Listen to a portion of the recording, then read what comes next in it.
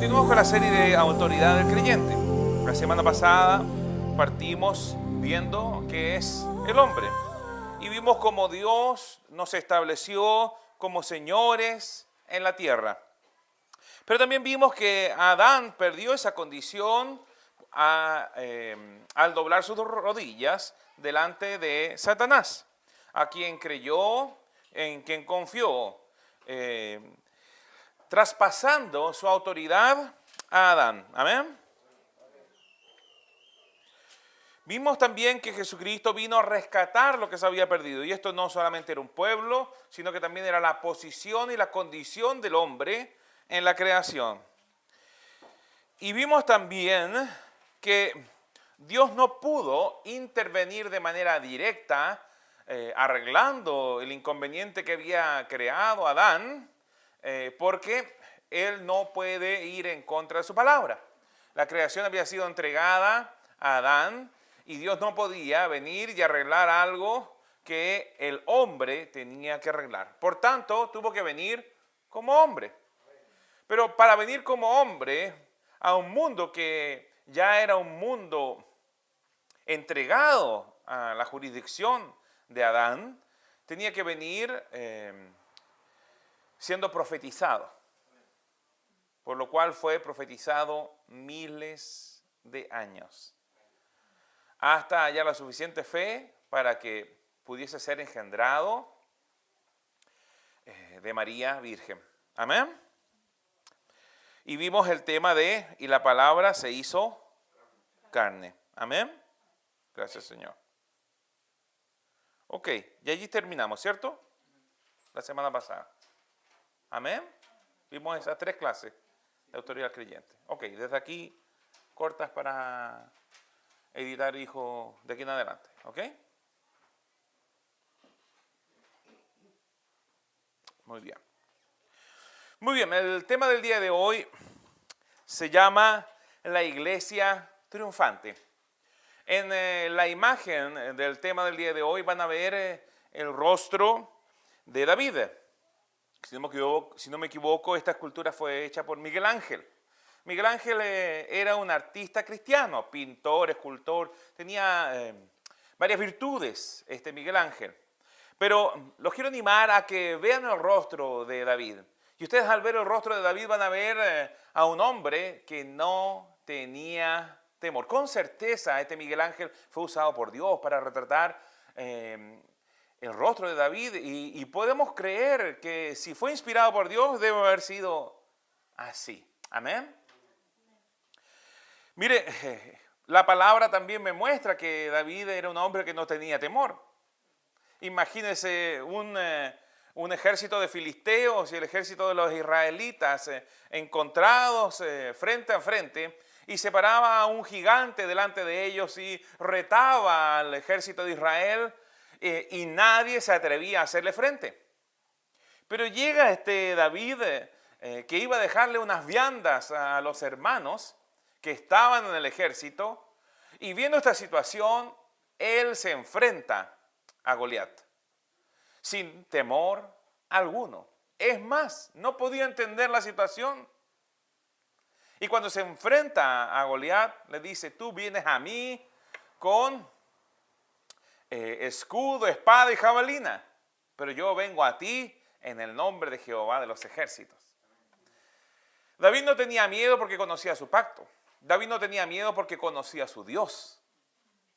Él sabía de lo que era capaz, no por sus humanas capacidades, sino porque conocía quién era para su Dios y quién era su Dios. Y qué es lo que Dios estaba dispuesto a hacer por medio de él si él le creía. Amén. ¿Por qué estoy hablando de David? ¿Por qué estoy hablando de esta escultura? ¿Por qué estoy hablando de este rostro sin temor? Porque es necesario que la iglesia venga a ser una iglesia sin temor. Y una iglesia carente de la revelación de la autoridad que tiene en Cristo Jesús, con certeza va a ser una iglesia atemorizada. Hay tanta gente hablando sobre el diablo y le tienen miedo al diablo. Pero ¿saben qué? La iglesia del Señor Jesucristo es una iglesia triunfante. La palabra dice claramente que el diablo fue vencido. Amén.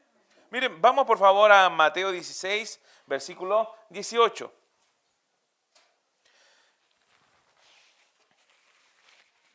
Mateo 16, versículo 18.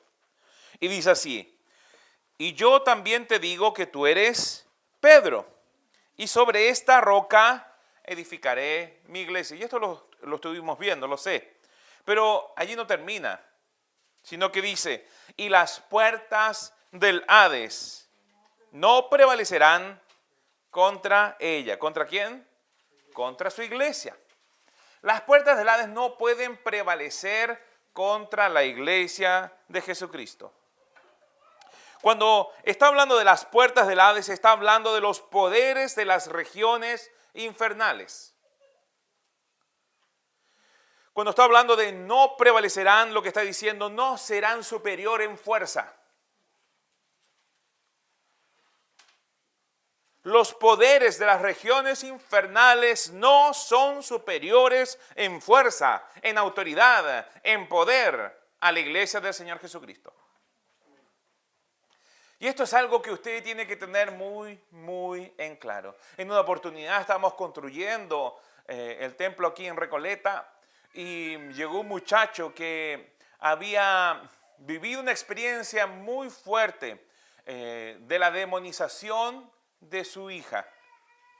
Y él estaba muy asustado. Él de hecho no quería asistir a la iglesia porque lo que había vivido no quería volver a vivirlo. No quería que le volviese a acontecer a su hija.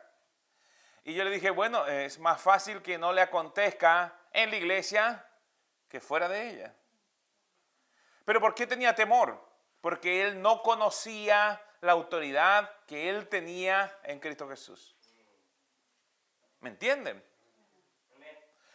En el reino de los cielos el lugar más seguro no es la retaguardia, es el frente de batalla. ¿Entiende lo que le digo? Jesucristo ganó esta guerra para nosotros. Jesucristo nos ha dejado este poder, un poder infinitamente superior al de las tinieblas.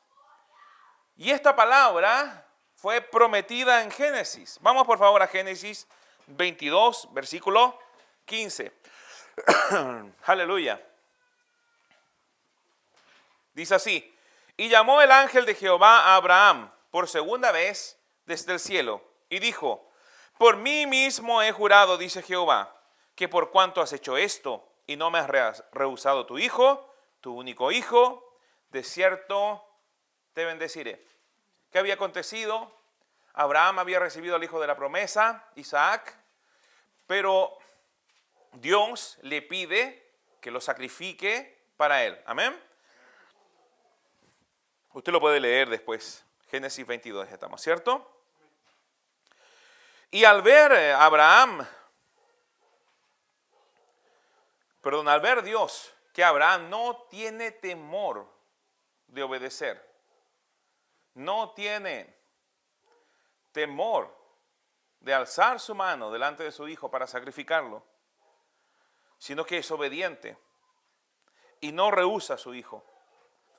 Dios primeramente le detiene y segundo dice desde el cielo: por mí mismo he jurado que por cuanto has hecho esto y no me has rehusado tu hijo, tu único hijo, de cierto te bendeciré y multiplicaré tu descendencia como las estrellas del cielo y como la arena que está a la orilla del mar.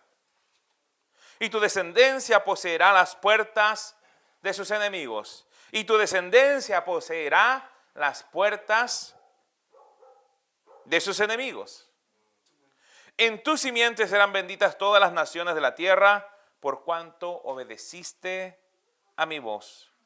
Por cuanto fuiste obediente. ¿Cuál es el origen de la obediencia? El origen de la obediencia es fe. Podemos ver en Romanos que tenemos un testimonio allí que Abraham pensaba que Dios era suficientemente poderoso para resucitar a Isaac. Amén. Gloria a Dios. Pero mire, dos capítulos más adelante, mire lo que vuelve a decir. Acontece de que se buscaba esposa para Jacob. ¿Quién se cacó? ¿Cacó? Ya apareció el gurú de nuevo. Ya. ¿Quién? Sí. ¿Quién se casó? Ya. Bueno. Esta es la bendición de la edición. Ok, aleluya. ¿Quién se casó con Rebeca? Jacob. ¿Quién se casó con Jacob? Rebeca. Gran revelación.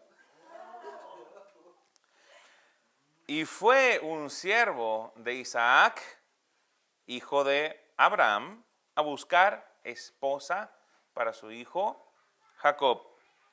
Y encontró su siervo una esposa. Y al día siguiente, antes de partir Rebeca